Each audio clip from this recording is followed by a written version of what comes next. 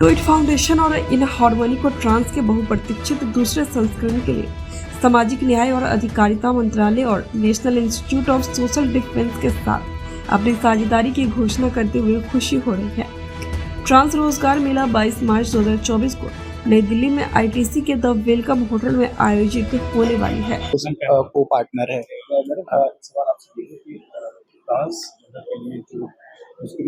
समाज में उससे ऊपर सारे प्रोग्राम्स ऐसे आगे की।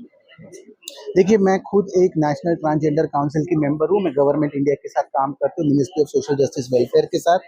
और आज की तारीख में मिनिस्ट्री ने भेदभाव और कलंक के बारे में बहुत स्ट्रांगली चर्चा करना शुरू किया है।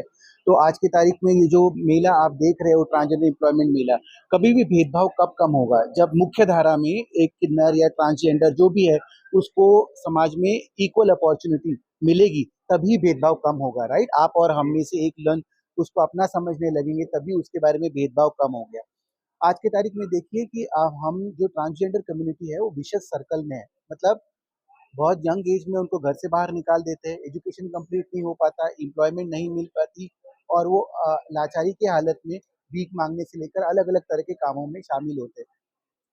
ऑफिशियल आंकड़ा 2011 में ट्रांसजेंडर्स का 5 लाख था, बट हमारा एक एस्टिमेट है कि करीब करीब 25 लाख ट्रांसजेंडर ये भारतवर्ष में शामिल है। सोचिए कितना बड़ा वोट बैंक है और कितना बड़ा लोग है कि जो भारत के जीडीपी को कंट्रीब्यूट कर सकते हैं। तो हम विकसित भारत की बात कर रहे हैं। विकसित भारत में किन्नर या ट्रांसजेंडर या ट्रांसमैन या ट्रांस वुमेन भी विकसित भारत का हिस्सा बनना चाहिए।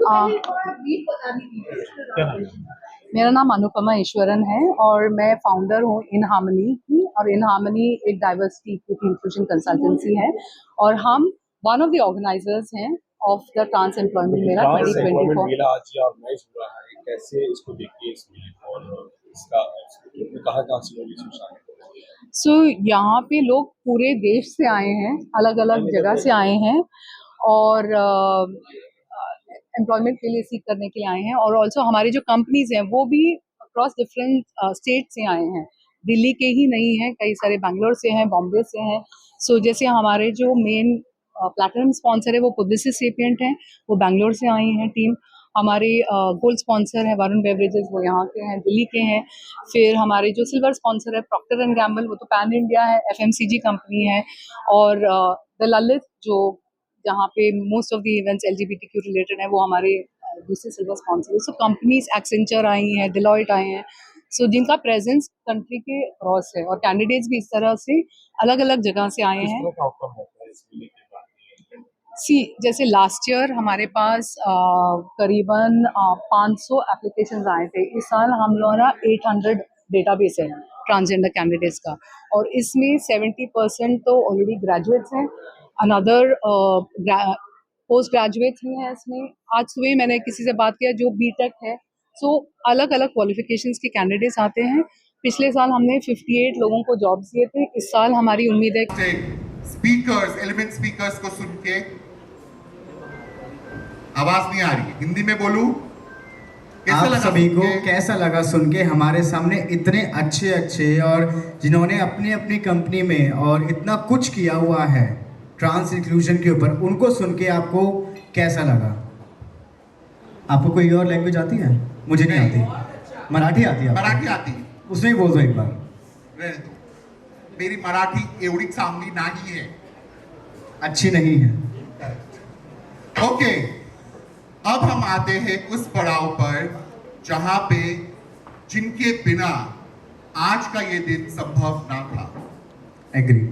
और जितना वो इस मंच पे और इस रूम में उनका उपस्थिति बहुत इंपॉर्टेंट है, उतना ही उनके companies, organisations and the places that they come are very very important to us.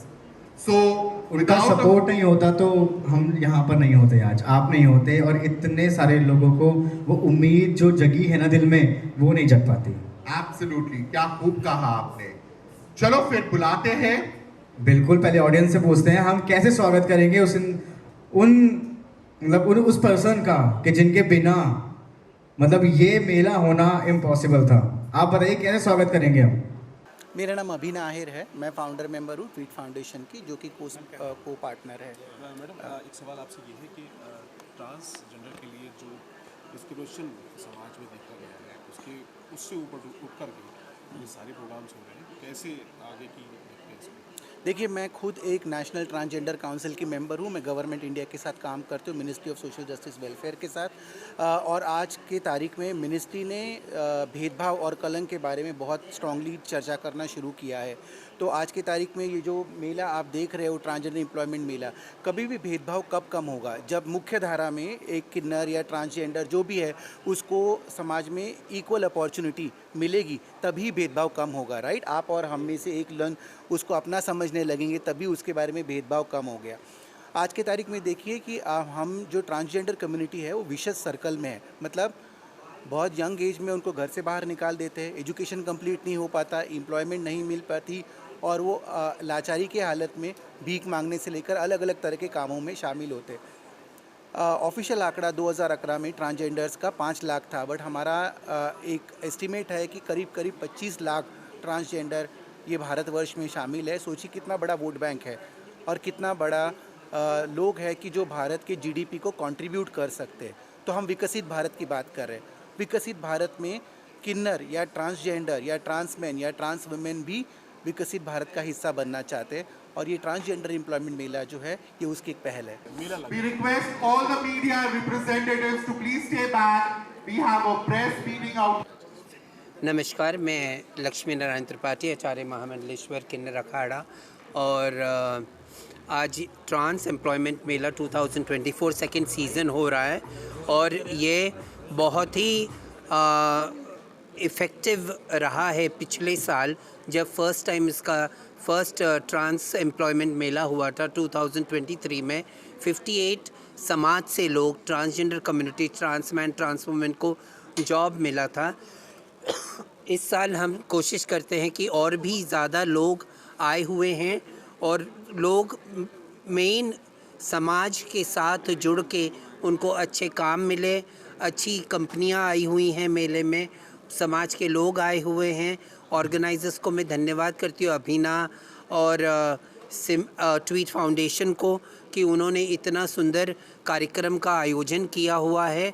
और मेरे हिसाब से ये ज़रूरी है कि मुख्य धारा से जुड़ने के लिए ट्रांस एम्प्लॉयमेंट मेले जैसा और भी गवर्नमेंट भी ऑर्गेनाइज़ करे। मैडम, जिस तरह से डिस्क्रिमिनेशन किया जाता है ट्रांस को लेकर के सोसाइटी में, जॉब्स मिलने पर आपने इसके बाद उनके फ्यूचर को कैसे देखा है?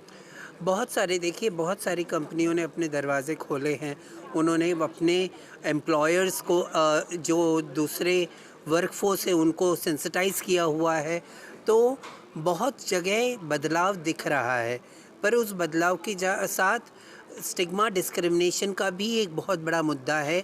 जहाँ पे लोग सेंसिटाइज नहीं है, वहाँ पे दिक्कतें होती हैं, और मैं चाहती हूँ कि ये दिक्कतें ना हों, लोग सेंसिटाइज हों, अच्छे से एडवोकेसी हो, और लोगों में ट्रांसजेंडर्स को लेकर जो भ्रांतियाँ हैं वो ख़त्म हो। एक लास्ट सवाल ये है कि जो ट्रांस के लिए एजुकेशन किस तरह की कहाँ तक होते हैं उन चुके? अभी recently national human rights commission ने LGBT think tank, LGBT core group की मीटिंग बुलाई थी, और वहाँ पे एजुकेशन के बारे में ही बात हुई थी।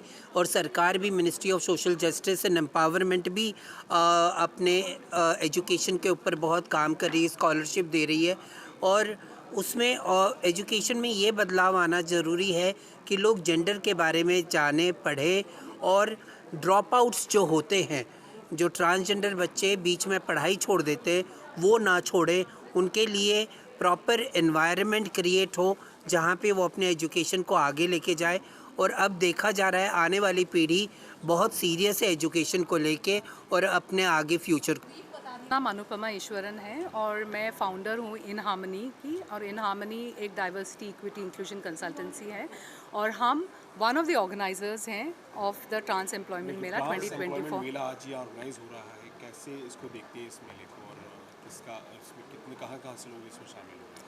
सो यहाँ पे लोग पूरे देश से आए हैं, अलग अलग जगह से आए हैं, और एम्प्लॉयमेंट के लिए सीख करने के लिए आए हैं, और ऑल्सो हमारे जो कंपनीज़ हैं वो भी अक्रॉस डिफरेंट स्टेट से आए हैं, दिल्ली के ही नहीं हैं, कई सारे बैंगलोर से हैं, बॉम्बे से हैं।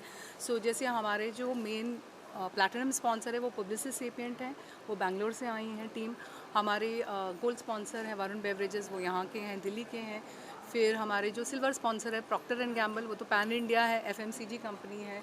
और द ललित जो जहाँ पे most of the events LGBTQ related हैं, वो हमारे दूसरे सिल्वर स्पॉन्सर है। सो कंपनीज एक्सेंचर आई हैं, डिलॉयट आए हैं, सो जिनका प्रेजेंस कंट्री के क्रॉस है, और कैंडिडेट्स भी इस तरह से अलग अलग जगह से आए किस हैं। तरह का आउटकम रहता है इस मेले की बात जैसे लास्ट ईयर हमारे पास करीबन 500 एप्लीकेशंस आए थे। इस साल हम लोगों का 800 डेटाबेस है ट्रांसजेंडर कैंडिडेट्स का, और इसमें 70% तो ऑलरेडी ग्रेजुएट्स हैं, अनदर पोस्ट ग्रेजुएट्स भी हैं इसमें। आज सुबह मैंने किसी से बात किया जो BTech है। सो अलग अलग क्वालिफिकेशंस के कैंडिडेट्स आते हैं। पिछले साल हमने 58 लोगों को जॉब्स दिए थे, इस साल हमारी उम्मीद है कि हम एटलीस्ट 120 लोगों को। बिखरना अब गवारा नहीं मुझे, बिखरना अब गवारा नहीं मुझे, झूठे लोगों की झूठी हमदर्दी रास नहीं आती मुझे, झूठे लोगों की झूठी हमदर्दी रास नहीं आती मुझे। मुझे डर है, हाँ मुझे डर है, इस गर्जमंद नाशुक्री दुनिया से न जाने क्यों। मुझे डर है, इस गर्जमंद नाशुक्री दुनिया से न जाने क्यों। तेरा होना, मैं ऐसा क्यों, मैं ऐसा क्यों, मैं ऐसा क्यों, और मैं ऐसा ही हूँ। Thank you.